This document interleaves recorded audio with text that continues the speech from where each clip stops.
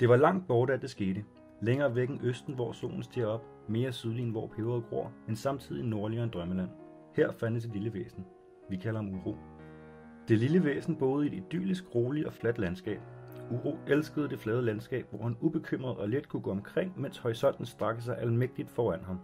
Intet uforudsigeligt ondt kunne ramme ham på hans vej. Gid verden var så vel. På sin eventyr havde han en rygsæk fyldt med ting og sager, livet havde budt ham på. Når han var forelsket, bar han på sit elskedes hjerte. Nogle hjerter var tungere end andre. Han havde altid en god portion kærlighed med fra familien, samt oplevelser, store som små, fra venner og bekendte, og altid en tilpas mængde selvtillid og eventyrlyst til at kunne bære det helt alene gennem landskabet. Man kan let føle sig udødelig. Nogle dage var himlen mørkere, og vinden blæste den forkerte vej. Her kunne rygsækken pludselig føles tungere. Andre gange havde han ekstra tung bagage med, hvis han eksempelvis elskede forgæves eller kom ud for problemer, som vægtede mere, end hvad han ellers havde oplevet. Her bandt han den ekstra vægt på, men han klarede den alligevel uden problemer, for landskabet var fladt, og det var blot at kæmpe en smule ekstra.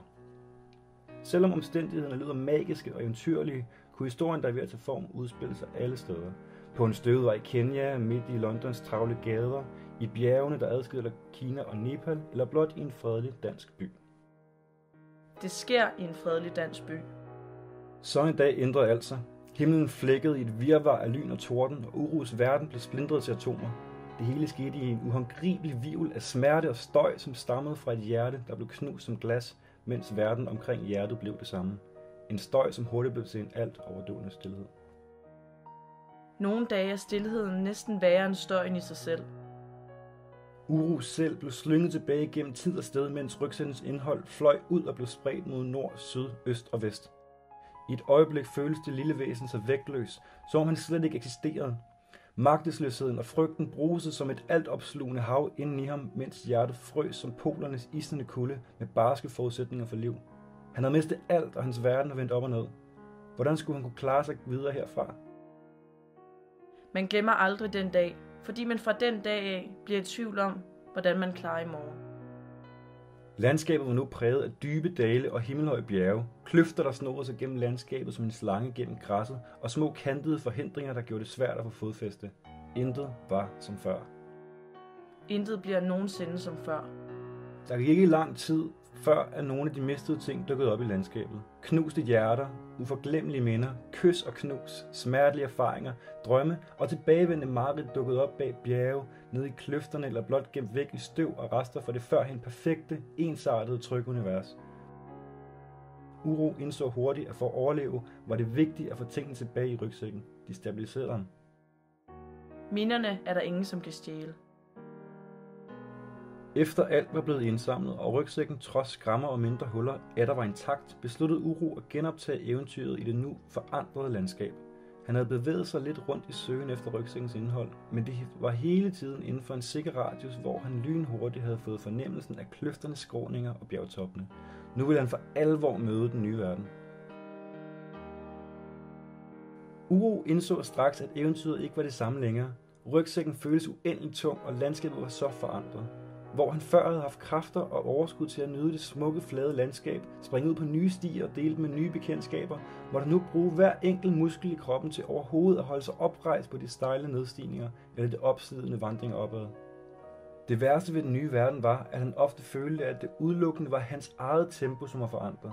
Omkring ham gik andre væsener i samme tempo som før og fløj over bjergtoppen og kløfter, som var de ikke eksisterende. Han kunne umuligt følge med dem, og havde ofte heller ikke plads i rygsækken til at dele oplevelserne med dem. Hvordan gik verden pludselig videre? Hvordan kan busserne stadig gå til tiden? Og hvordan kan blomsterne stadig blomstre? Vinden ruskede i ham en dag, hvor han kæmpede op ad et bjerg. Han havde længe siddet fast i en mudret dal for foden af bjerget. Nu var det endelig lykkedes ham at samle kræfter og kæmpe sig mod toppen igen. Derfor væltede han med et bagover, da en passerende forsøgte at læse noget af sin eget bagage over på ham. Gud, jeg havde slet ikke set, at din rygsæk var beskadiget, flygtigt undskyldte den passerende, som var en gammel bekendt. Hans øjne flakkede nervøst, mens han hjalp væsenet op. Så snart Uro var på benene igen, tog den passerende sit grej og fortsatte med hurtige skridt. Tilbage stod Uro med den passerendes efterladte bagage og et virvar af følelser. Havet inden i ham brussede atter op. Han var stakåndet efter forskrækkelsen over den pludselige ekstra belastning, og var provokeret over den passerendes hurtige fortsætten, som stod i så stor kontrast til hans eget tempo. Derudover bredte en usikkerhed sig, som gjorde, at han bevægede sig ned ad bakken igen. I mudderet var der almindeligt sikkert. Her kunne han passe på sin rygsæk og forhindre ekstra vægt fra andre passerende. Man bliver jo nødt til at passe på sig selv. Mange kom passerende på dagene, hvor Uro sad i mudderet. Nogle fortsatte uden tøven, andre spurgte om uroen med på toppen af bjerget. Solen skulle efter sigende skinne så dejligt der. Uro fortalte dem pænt, at han gerne ville blive, hvor han var. Gid de ville med ham, hvor han var. Flere gange i løbet af disse dage vandt solen magtkampen over de dunkle skyer. Som gevinst lod den sine fagre stråler strække sig helt ned og gribe fat om mørket i de dybe folder i Uros ansigt. Uro blev søvnig. Solen var sådan en pralhals. Se, hvor meget jeg skinner. Se, hvor jeg kan. Skyerne var mørke, og regndråbene mange på dagen, hvor Ro kom forbi. Hun satte sig på en sten på kanten af mudderpølen og kiggede venligt Uro i øjnene. Uro var altså ikke vant til, at folk så ham sådan i øjnene. Man ser jo følelserne i de sørgendes øjne, hvis man ser dem i øjnene. Du har efterhånden siddet et par dage. Hvad føler du? Spurgte hun, i det hun satte sin rygsæk fra sig. Uro bemærkede, hvordan hun med ét satte sin egen bagage til side til fordel for ham.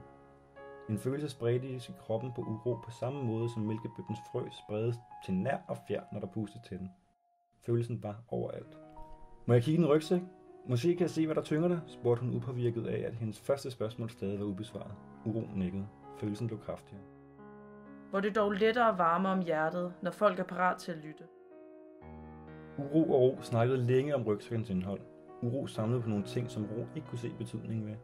Hvad skal du eksempelvis med den bagage, din bekendte efterlod hos dig? Spurgte hun undrende. Det kommer aldrig til at være dig til gavn. Sådan gik de rygsækkens indhold igennem. De snakkede så længe, at solen gik ned i mellemtiden og overlod den vigtige opgave at skinne og skabe håb til stjernerne og til månen. Nogle enkelte ting hægtede Ro på sin egen rygsæk og lovede at passe på det, indtil Uro atter havde kræfter. Andre ting blev smidt væk, selvom Uro havde svært ved at give slip, da hans lille arm slyngede enkelte minder, oplevelser, erfaringer og gamle bekendtskaber ud mod natten. Det er så svært at indse, at ikke alle skal med igennem sorg. I Ros selskab havde Uro overskud, lyst og nye kræfter, og den efterfølgende dag besluttede de sig sammen at se toppen af bjerget. Uro havde længe set op mod toppen og de mange smil deroppe fra hans eget sted i mudderet, og kunne pludselig ikke vente med at blive en del af det. Det føltes så rigtigt. Rygsækken føltes lettere og lettere på vej opad. Uro strakte sig af fryd og nød, hvordan musklerne i ryggen ikke længere led. Lyset legede med græsstråene på toppen af bakken, og enkelte gange nåede de atter Uros ansigt, indtil han til sidst stod ansigt til ansigt med solen og synet ud over det forandrede bakkede landskab. Havet inde i ham lå helt stille. Han var okay. Nogle gange er man okay. I løbet af noget tid på toppen af bakkerne begyndte Uro dog at længes efter mudderet igen. Hans lille krop havde det så varmt, og kinderne var snart ømme af alle de smil, som havde prøvet hans ansigt den senere tid. Nu var det tid til blot at være til i mudderet og måske mærke al rygsækkens vægt igen, og ikke lade Ro slæbe noget. Uro var bekymret for, om han fremover ville kunne løfte rygsækken, hvis han helt glemte, hvordan vægten føltes. Uro sagde farvel til Ro, som overbeviste ham om, at det blev et på gensyn, og nødvendigvis ikke på toppen af bakken. Hun kom ofte også selv for enden af bjerget ned i mudderet, fortalte hun. Uro forstod straks, at Ro forstod ham, for hun havde selv følt en lignende frustration og smerte. Mange har, trods smil og selvsikkerhed udadtil, oplevet at være ulykkelig og frustreret. Det kan være svært at tro på. For enden af bjerget så Uro atter mod toppen. Han kunne stadig skimte smil, glade dage og solskin, men han kunne ikke længere mærke solens varme eller glæden i kroppen. Han var koldt, og han var alene. Men det var okay, for han vidste nu, at han også kunne have solrige dage, ligesom dengang inden lynet stod ned og splindrede hans hjerte og verden til atomer. De solrige dage var sjældne, men de var der. Det vil de altid være, og netop dette har holdt mig i gang, siden jeg mistede min elskede lillebror.